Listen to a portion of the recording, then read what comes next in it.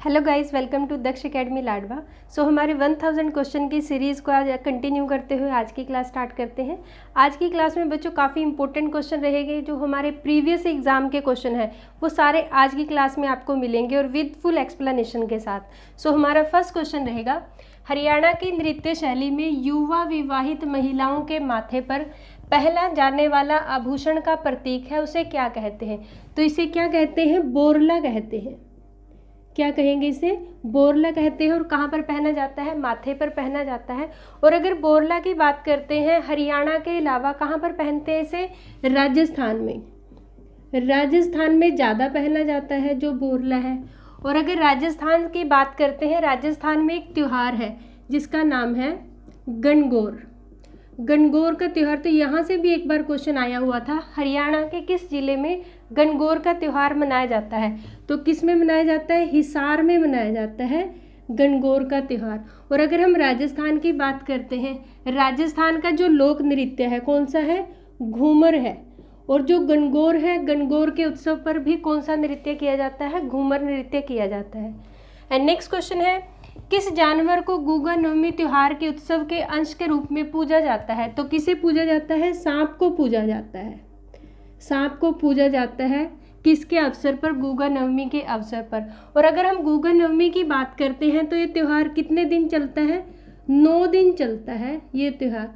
और कहते हैं कि अगर गुगा की पूजा करते हैं तो इससे क्या होती है? सांपों की रक्षा होती है।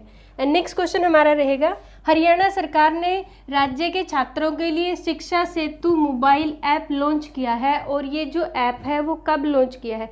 सबसे पहले तो जान ले कि इस ऐप से जो स्टूडेंट्स हैं उनको क्या बेनिफिट है।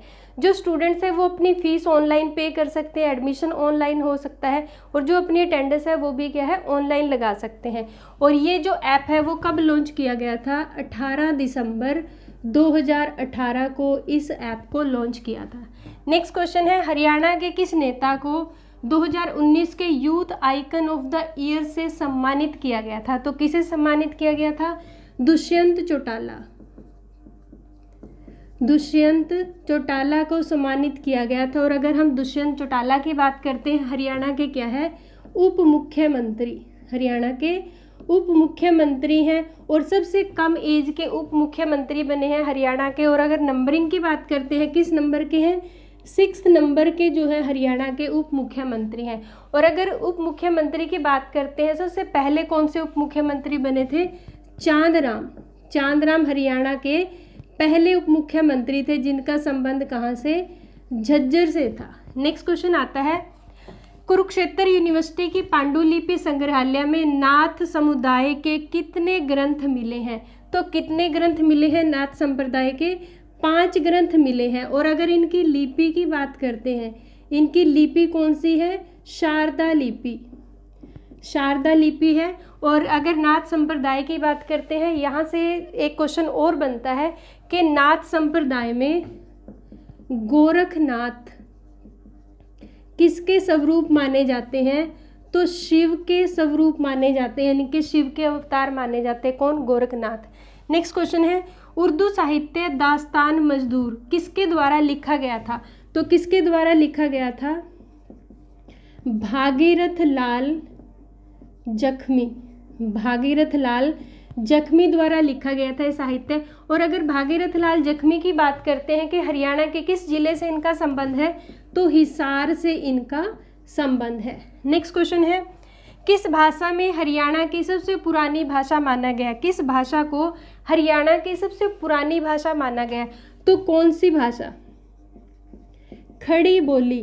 खड़ी बोली जो है हरियाणा की सबसे पुरानी भाषा है। और अगर हम खड़ी बोली की बात करते हैं, जो हिंदी का आज आधुनिक स्वरूप है वो कहाँ से निकला है? खड़ी बोली से ही निकला है। और खड़ी बोली का जो सबसे अच्छा उदाहरण देखने को मिलता है वो कहाँ पे मिलता है? मेरठ में, क्योंकि मेरठ में सबसे बढ़िया खड़ी बोली बोली जाती है।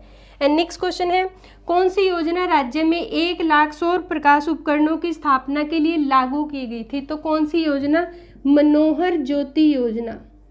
मनोहर ज्योति योजना। और अगर इस योजना की बात करते हैं, ये कब स्टार्ट की थी? 27 अक्टूबर 2018 को ये योजना शुरू की गई थी। नेक्स्ट है HSHDB, इसकी फुल फॉर्म बतानी है, तो इसकी फुल फॉर्म क्या है? Haryana Saraswati heritage development board, ये इसकी फुल फॉर्म है, क्योंकि एक बार फुल फॉर्म भी आई हुई थी। Haryana Saraswati heritage development board जो है इसकी फुल फॉर्म है। और ये जो बोर्ड है इसकी स्थापना कब हुई थी? 2015 में इसकी स्थापना हुई थी। और अगर सरस्वती हेरिटेज बोर्ड के अध्यक्ष की बात करें तो कौन है? मुख्यमंत्री मनोहर लाल खट्टर। नेक्स्ट क्वेश्चन है, हरियाणा की किस यूनिवर्सिटी को वर्ष 2018 के लिए देश की सबसे स्वच्छ यूनिवर्सिटी घोषित किया गया? काफ़ी इंपॉर्टेंट क्वेश्चन रहेगा। तो किस यूनिवर्सिटी को?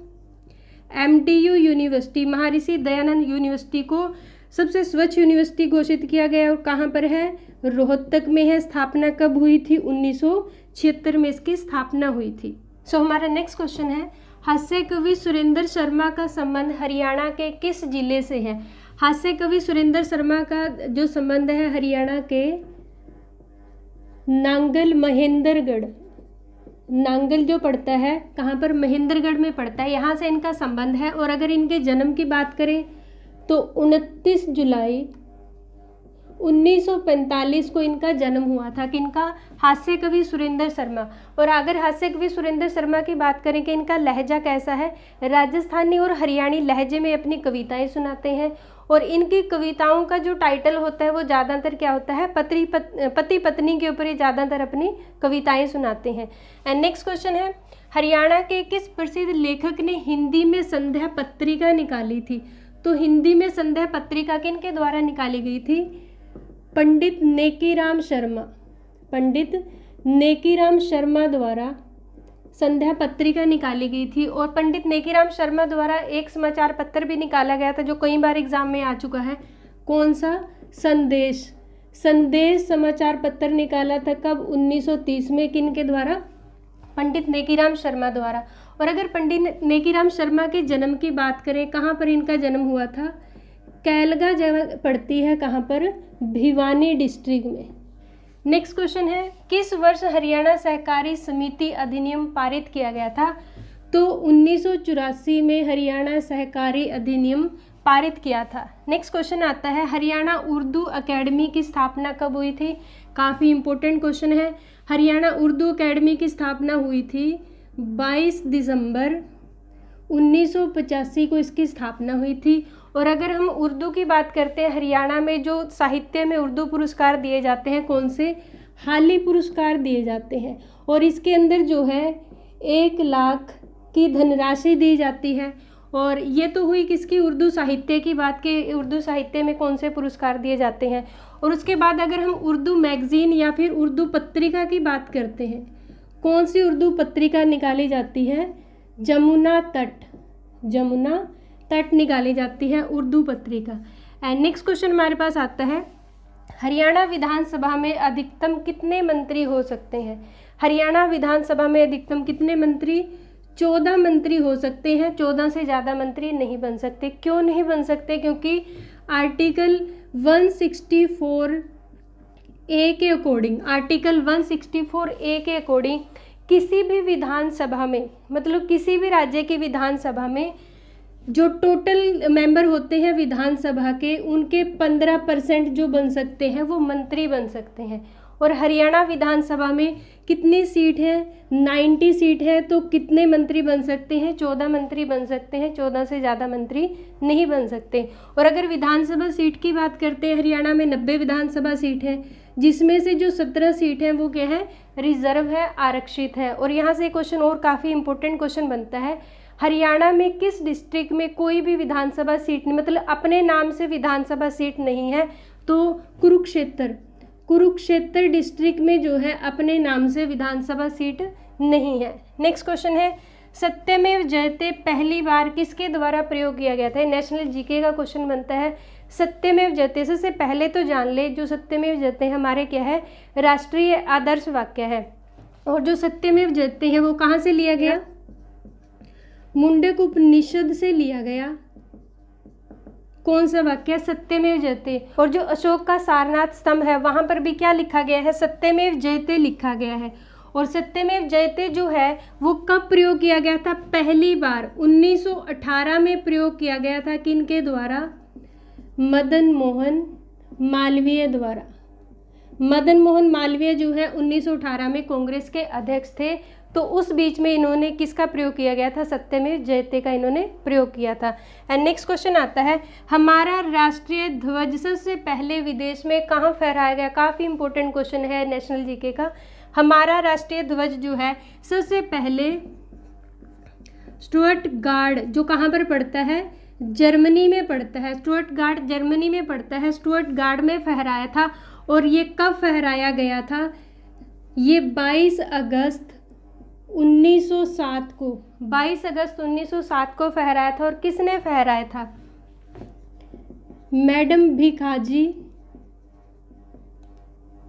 मैडम भिकाजी कामा द्वारा फहराया गया था भारत का राष्ट्रीय ध्वज।